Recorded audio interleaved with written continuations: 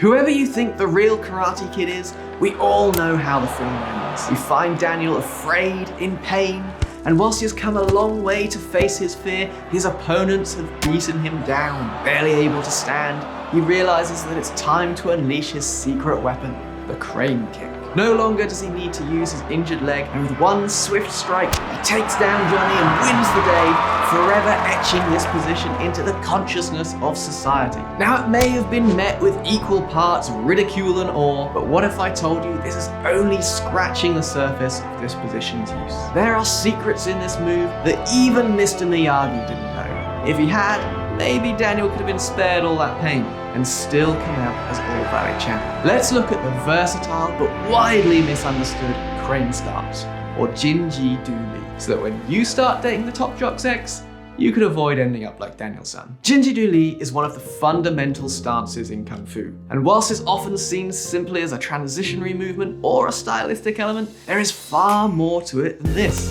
Luckily for you, I've spent dozens of hours getting kicked, grappling people nearly twice my size, and thinking about this one posture, all to uncover the secrets of the crane stance. Jin Ji Du Li is a pretty straightforward stance to perform, although there are a number of variations. We stand with our weight on one leg, lift the other leg up with the knee bent. Now, our back can be quite upright, or we can crunch forward, pulling our sternum down to our ribs and rounding our shoulders into a more protective position. The main variations come from that lifted leg.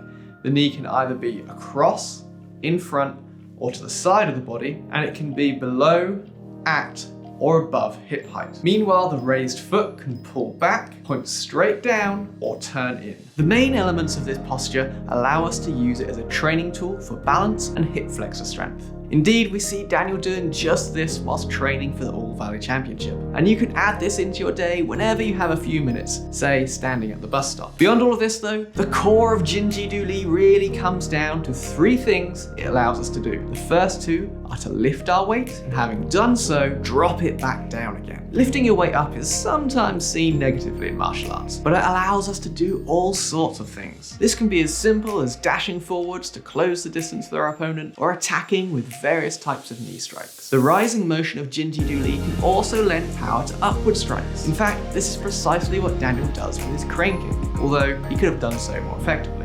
By standing on one leg, you can lift higher than on two, allowing you to build more speed and penetrate further through your target. Similarly, lifting suddenly can add extra power to your foot sweeps and make them more effective than just sweeping sideways. Now, having lifted our weight up, we need to drop it back down, and this also opens up new opportunities. Once again, we can add extra power to our movements, be they joint attacks or strikes. As with many things in Kung Fu drills and forms, these can be exaggerated in training, but the principles are sound. Most significantly, however, dropping our weight generates a massive amount of power during grappling, allowing us to compromise our opponent's body structure and gain the upper hand. This is especially useful against bigger and stronger opponents who you may struggle to break the posture of. Say I've got a collar tie. If I jump up to then drop my weight, you're braced for it. You can feel it coming.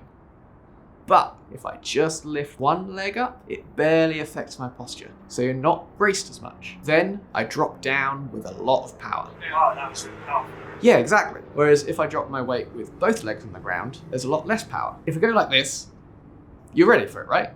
Whereas with this, less so. And then I can transition into whatever I want to do. But I've broken your structure at that point. All I'm doing is lifting this foot. Oh yeah, so you're really doing basically you're doing. Yeah, sometimes you see it like this, but sometimes like it that bench way.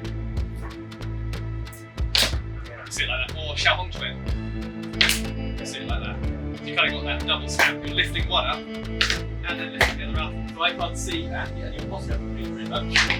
How does that feel to you? Yeah, like powerful. Because to me, I don't feel like I'm doing it. Yeah. And I think when you did it to me, I don't think you even realised how hard it actually was. I was like, whoa, that's cool. I never thought of that. Now you may have noticed, I'm a small guy, but I've used this against people who are taller and 20 to 30 kilograms heavier than me to great effect in Muay Thai clinch work. Of course, grappling isn't going to help poor Danny Boy, but the third and final core element of Jin Ji Du Li is what could have really saved Daniel all of that pain. This posture allows us to lift our knee and foot with power whilst remaining stable. Of course, there are plenty of ways to lift your foot and knee, but variations on this posture really are the only way to have both power and stability. Jack, I want you to draw me like one of your French girls. Rather than running away, Daniel could have met the devastating kick with force, checking it, or simply lifted his leg out of the way completely. With one version of Jin Ji Du Li, we pretty much just have a Thai style check. But I actually prefer using this classic Jin Ji Du Li posture for blocking kicks. There are lots of reasons for this, which I'll explain more in a future video. But the key one is that it hurts a lot less. Daniel could still have received a crippling injury checking with his shin bone. But with this Jin Ji Du Li, it's far less likely, and it protects very nicely from front-on leg attacks, just like that fateful flying kick. Now, is this really a secret? I mean, sure, the Thai check isn't, but you don't see people using this version. We know Mr Miyagi didn't know about it, because rather than building on an already known posture and improving Daniel's use of it, his next great lesson is to show him how to twizzle a drum thing. This is a secret of your family's karate. I don't get it. I'm not saying Mr Miyagi was a bad teacher, but he was clearly falling for the breadth over depth trap. Once you've used Jin Ji Du Li to check, you are perfectly placed for an immediate counter kick, or to leap away if the onslaught continues. Just don't go trying something like this unless you've got wires and CGI backing you up. You now know the secrets of the crane stance that Mr Miyagi never did, and hopefully have a new appreciation for Jin Ji Du Li. Use this knowledge and you won't have to face the same struggles as Daniel, and can instead break your opponents like they're a man made of 2x4. Whilst I've shared lots of potential applications with you today, the check and the clinch weight drop are the ones that I really recommend you giving a go. See if they can upgrade your countering and grappling game. If you've learned something from this video, share it with your friends so that Jin Ji Du Li can get the love that it deserves. And then check out this video to see what other forgotten elements of stances you may be missing.